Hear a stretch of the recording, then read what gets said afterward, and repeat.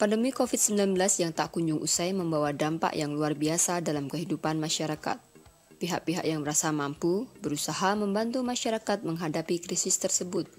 Tak terkecuali dari Tim Penggerak Pemberdayaan dan Kesejahteraan Keluarga TPPKK DIY. Segala upaya untuk membantu meringankan beban masyarakat terdampak pandemi terus dilakukan lembaga sosial yang diketuai GKR Mas ini. Ya, saya kira dengan sudah 93% divaksin, saya kira rasa percaya diri masyarakat itu semakin menguatkan masyarakat, walaupun tetap mereka juga harus tetap prokes. Jadi prokes pun juga sudah disadari oleh masyarakat sehingga mereka tidak lepas daripada menggunakan masker, kemudian cuci tangan dan sebagainya, jaga jarak. Jadi saya kira dengan kondisi masyarakat saat ini sebetulnya bisa lebih terkontrol walaupun mereka mendapatkan kunjungan. Kunjungan itu bukan hanya Malioboro yang dikunjungi, tapi keluarga-keluarga di Jogja pasti dapat kunjungan dari keluarga dari luar Jogja. Ini yang mungkin masih perlu diantisipasi supaya mereka itu bisa terbebas dari COVID ini, sehingga kita tidak juga menghilangkan kemungkinan bahwa mereka itu bisa mendapatkan COVID dari keluarga, dari teman, dari sahabat yang berkunjung ke Jogja. Jadi saya kira masyarakat sudah paham itu sehingga mereka juga cukup berhati-hati. Sebetulnya yang pertama tugas TPPKK itu adalah pada waktu itu membantu untuk vaksinasi, ya, karena memang vaksinasi itu belum bisa mencapai ke seluruh masyarakat, baik itu di provinsi, kabupaten, kota. Nah, ini memang yang diupayakan pertama adalah vaksin. Waktu itu kita membantu dan kemudian kita juga menyalurkan beberapa bantuan kepada tim penggerak PKK untuk bisa menggerakkan masyarakat di kabupaten kota di mana mereka itu bisa melakukan inovasi dalam dalam kehidupan kesehariannya yang mereka butuhkan. Itu memang tim penggerak PKK sudah melakukan banyak hal. Jadi saya kira selain itu juga banyak keluarga-keluarga yang di PHK kembali dari Jakarta atau kota-kota besar, mereka kembali ke Jogja, dan mereka juga tentu perlu perhatian kita dengan tim penggerak PKK masuk kepada masyarakat untuk membantu, misalnya membantu pemeliharaan lele, kemudian juga membantu pembibitan tanaman yang bisa mereka lakukan dan mereka bisa jual. Sekarang memang tim penggerak PKK yang pertama kita sudah masuk di sosialisasi maupun penanganan vaksin itu sudah sangat membantu sekali. Tapi kalau dalam keluarga-keluarga memang banyak bantuan yang sudah dilakukan oleh PKK DIY, dan juga tentu di sini akan bekerja sama dengan PKK kabupaten kota.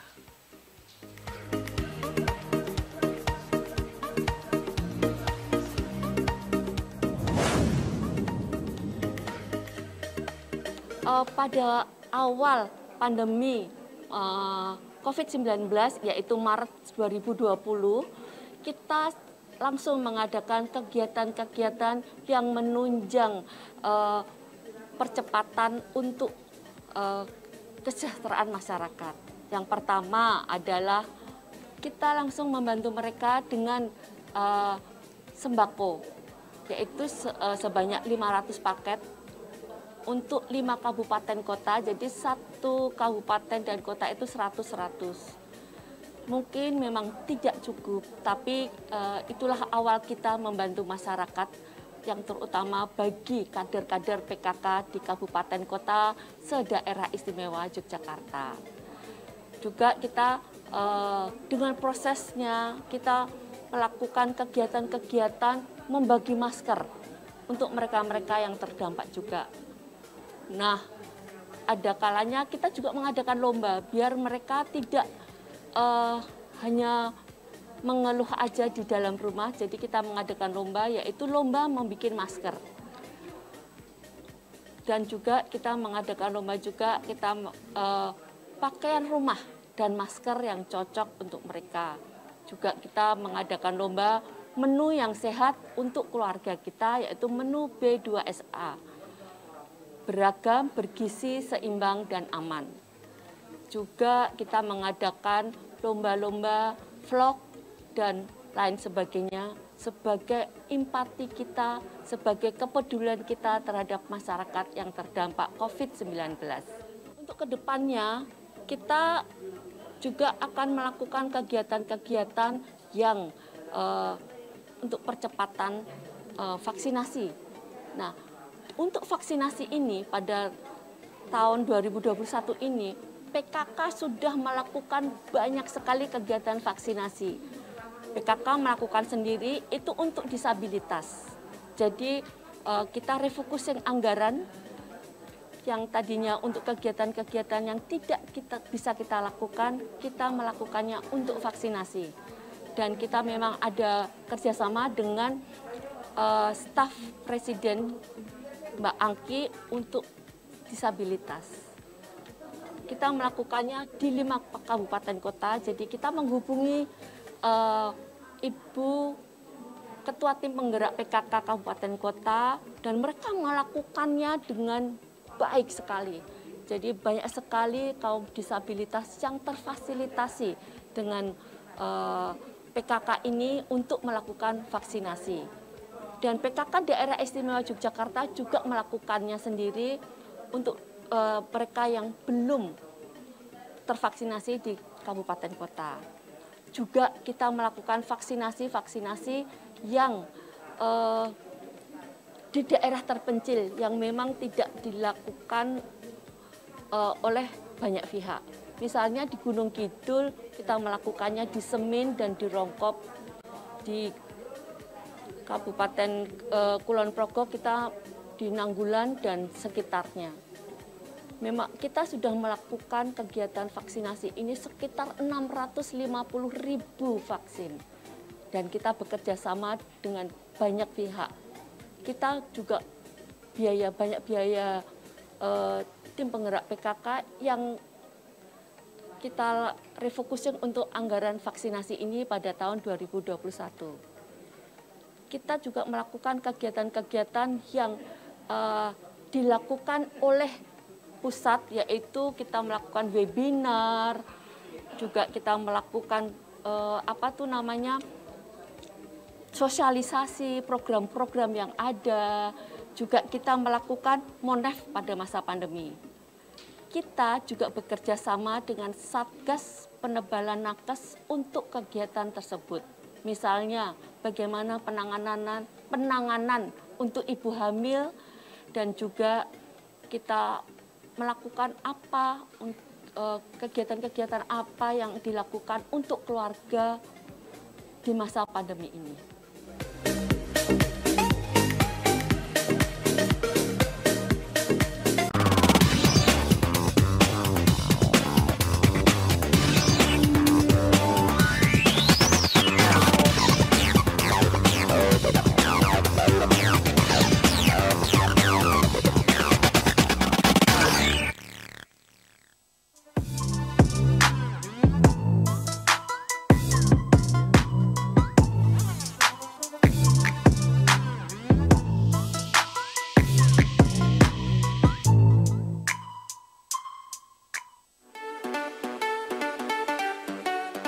Gerakan bantuan yang dilakukan TPPKK DIY ini mendapat dukungan penuh dari Komisi D DPRD DIY. Sebagai wakil rakyat, Imam Priyono Dwi Putranto melihat betapa pentingnya campur tangan dari berbagai pihak untuk mengatasi krisis di masa pandemi ini. Dewan itu kan bagian dari pemerintahan. Artinya ketika dia bagian pemerintahan itu intinya begini. Intinya di dalam pembukaan undang-undang itu kan di alinea keempat jelas dikatakan bahwa kita itu yang namanya pemerintahan itu melindungi segenap bangsa Indonesia dan seluruh tumpah darah Indonesia. Dalam rangka melindungi ini kan kita itu bagaimana memberdayakan semua masyarakat di era pandemi ini supaya tidak boleh ada rakyat yang bertambah miskin atau bertambah menderita ketika terjadi masalah-masalah sosial, antara lain pandemi.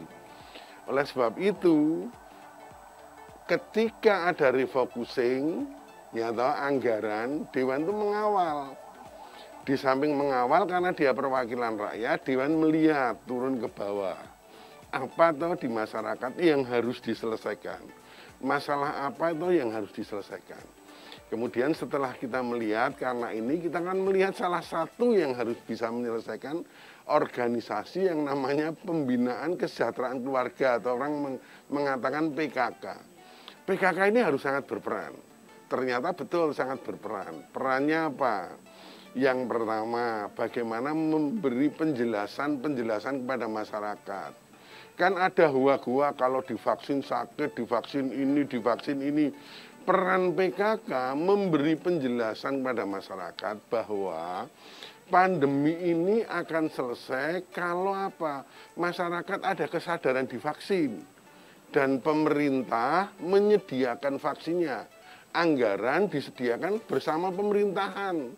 Pemerintahan artinya ada DPR, ada eksekutif.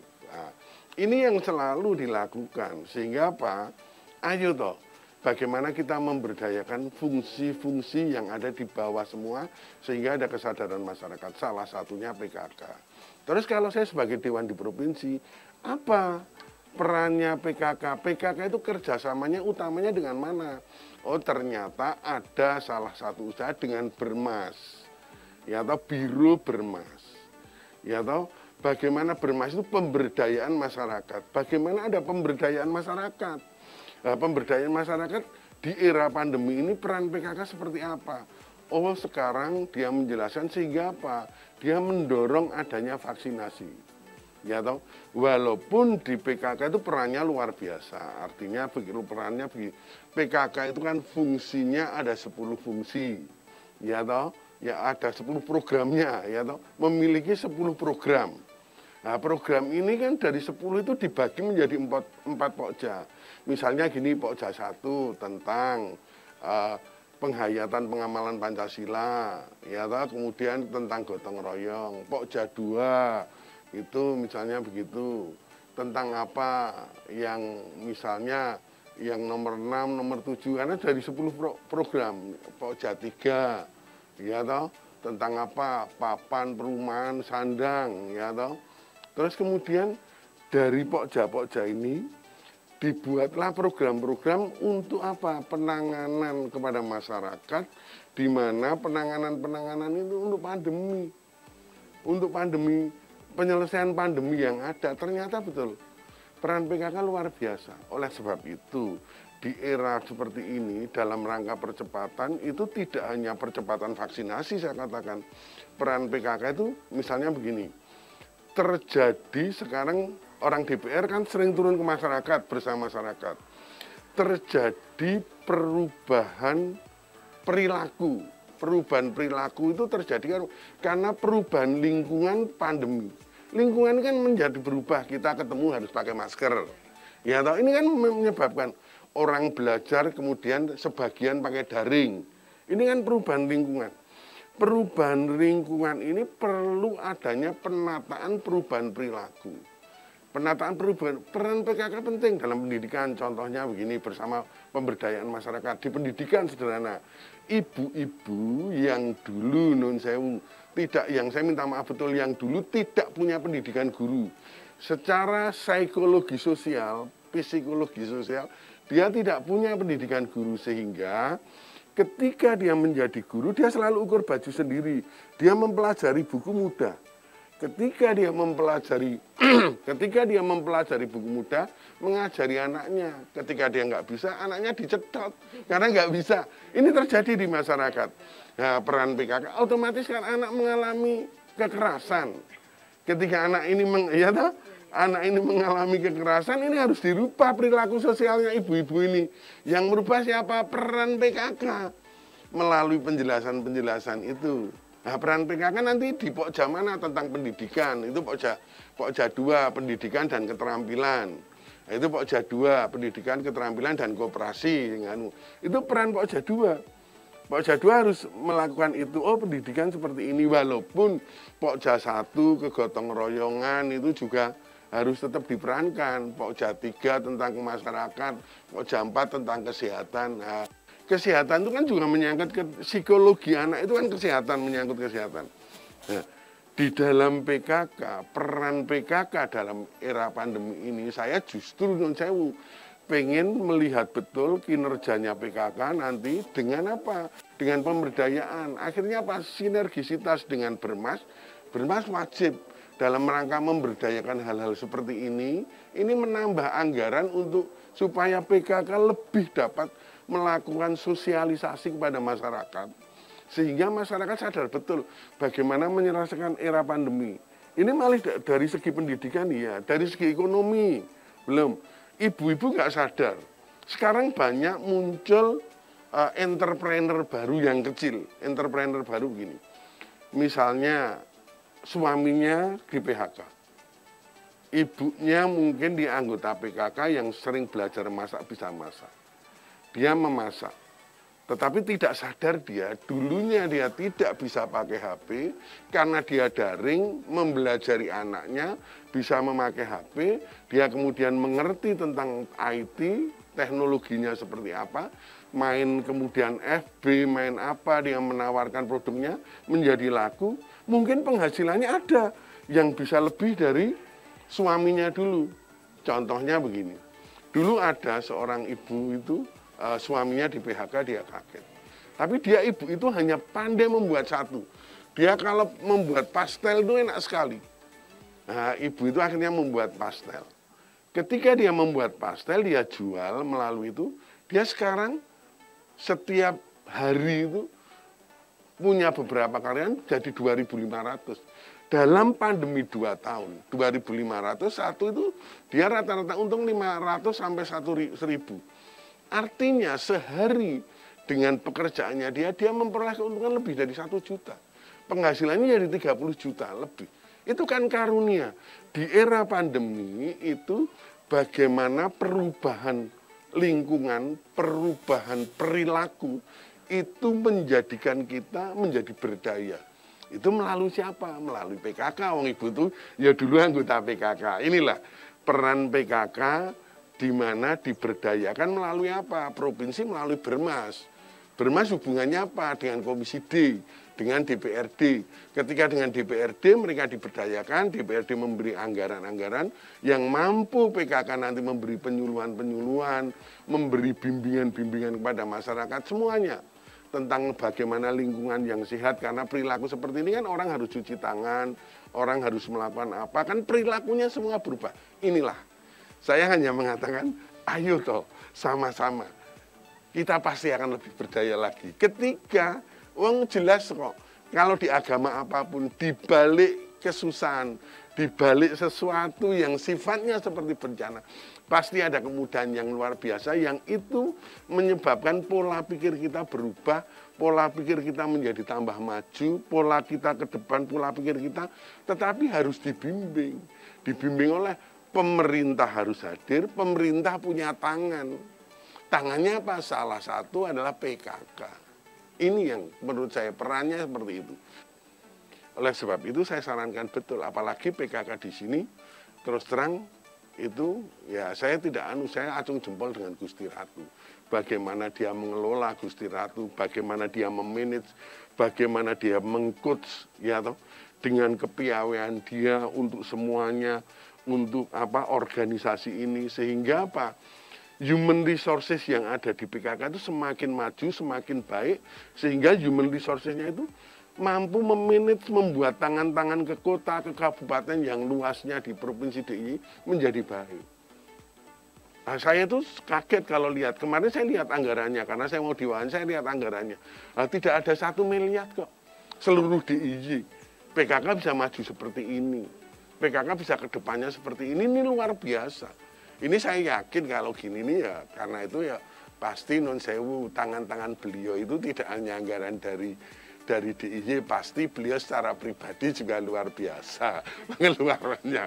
Nah itu saya sudah nggak bisa bicara kalau gitu, karena dia juga pasti punya tanggung jawab, sehingga apa perannya dia, peran moral, peran apa, peran semuanya dia tumpahkan di sini.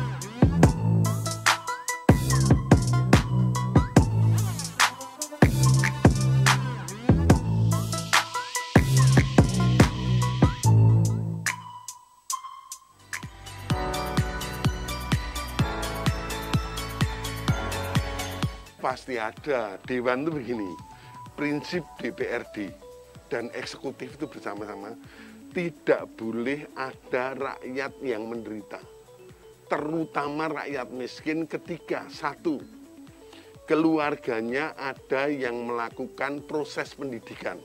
Itu tidak boleh. Artinya apa? Pendidikan itu harus lancar, orang-orang miskin harus bisa melakukan pendidikan, dan apa? Pemerintahan itu hadir. Kalau di SD, SMP yang hadir dari kota kabupaten, kalau SLTA dari provinsi kerjasama, nanti university ada juga. Universitas kan dari pusat itu ada yang namanya KIP. Ya, tidak harus di negeri.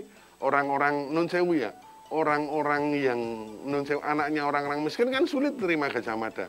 Karena dia dari swasta-swasta itu, dia masuknya di Widya Mataram, di misalnya di sekolah-sekolah swasta yang lain, dan itu dibiayai negara. Masih kalau di kota Yogyakarta per bulan dapat 1,4 sampai dia lulus loh. Tetapi dengan catatan IP-nya harus selalu di atas 3. Sehingga apa? Pemerintahan itu di bidang pendidikan itu tidak boleh ada rakyat yang bertambah miskin atau bertambah menderita ketika rakyatnya sedang melakukan pendidikan. Artinya pendidikan sesuai undang-undang. Yang kedua, rakyatnya itu keluarganya ada yang sakit. Sehingga apa? Undang-undang mengatakan bahwa di DIY ini apa? Mengatakan apa? Ya semua harus punya jaminan kesehatan. Itu. Sehingga apa? Pemerintah mengadakan jaminan kesehatan. Kalau nggak punya, BPJS dibayari. Bahkan BPJS itu mengatakan begini, kalau orang nggak punya jaminan kesehatan, itu warga negara tidak peduli kaya miskin, kasih BPJS selama sesuai dengan undang-undang kelas 3. Artinya kesehatan di negeri ini sudah betul-betul luar biasa. Kemudian yang ketiga, ketika terjadi masalah sosial seperti pandemi ini, sehingga peran DPR bersama DPRD bersama pemerintahan provinsi atas Prakarsa Ngerso Dalem dan Sri Paduka Pakualam, itu kita bersama-sama apa? Menyelesaikan masalah yang ada di kota ini, yang ada di provinsi ini.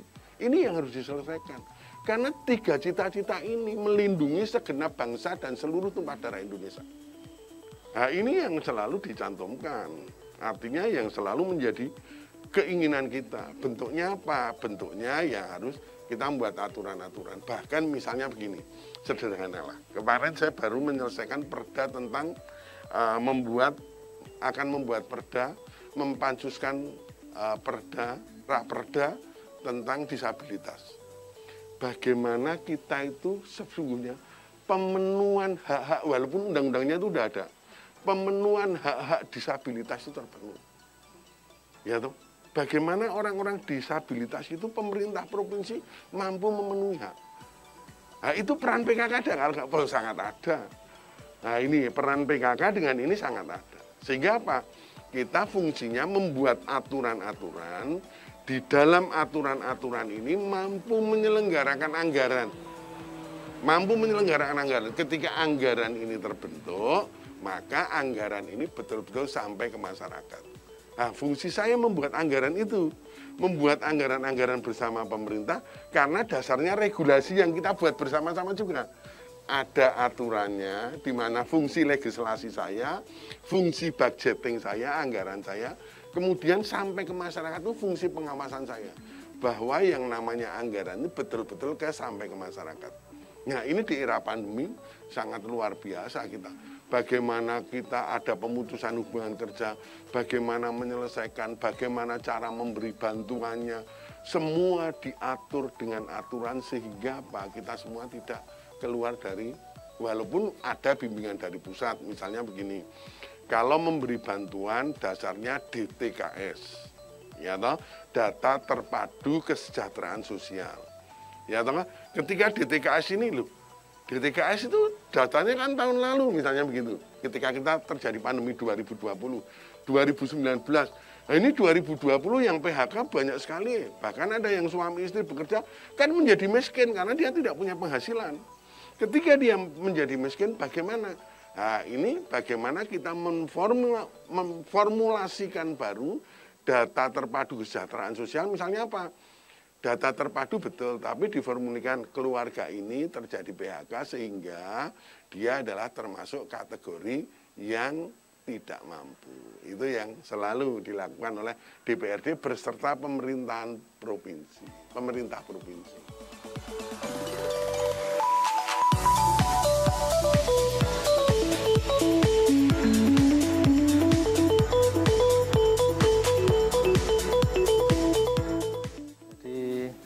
Peran Biro Bina Pemberdayaan Masyarakat SIDA-DIY kaitannya dengan program-program yang dilaksanakan oleh PKK DIY, yaitu biro kami memberikan fasilitasi untuk perencanaan, pelaksanaan, bahkan sampai membantu pertanggungjawabannya supaya tepat waktu.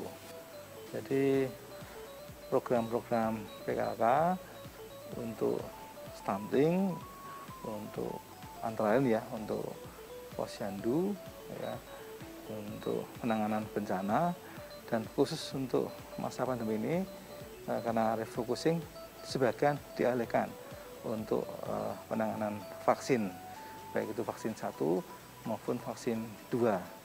Anggaran seluruhnya yang dianggarkan untuk PKK dalam bentuk hibah itu 960 juta, di antara untuk vaksin 1 41 juta sekian, dan untuk vaksin 2 25 juta sekian.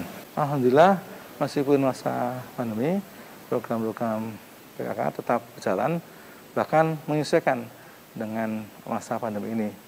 Yang tadi saya sampaikan untuk vaksin 1 dan vaksin 2. Dan untuk itu kita sudah menyesuaikan administrasinya, karena kan bantuan hibah dari Pemda DIY melalui Biro Bina Pemberdayaan Masyarakat SIDA-DIY itu kan dalam bentuk hibah. Nah, ada nota perjanjian hibah daerah ya antara saya sebagai Kepala Biro Bina Pemberdayaan Masyarakat SIDA-DIY dengan Kanjeng Gusti Ratu Mas ya, sebagai pihak kedua.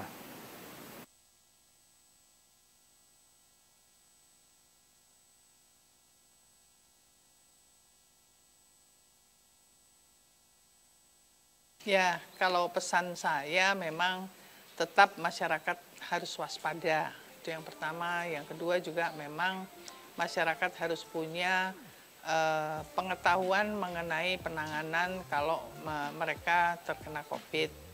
Yang jelas bahwa dengan adanya protokol kesehatan mereka sudah cukup menyadari, dan sekarang kita memang sudah kebanjiran tamu, tapi ekonomi juga bergeliat.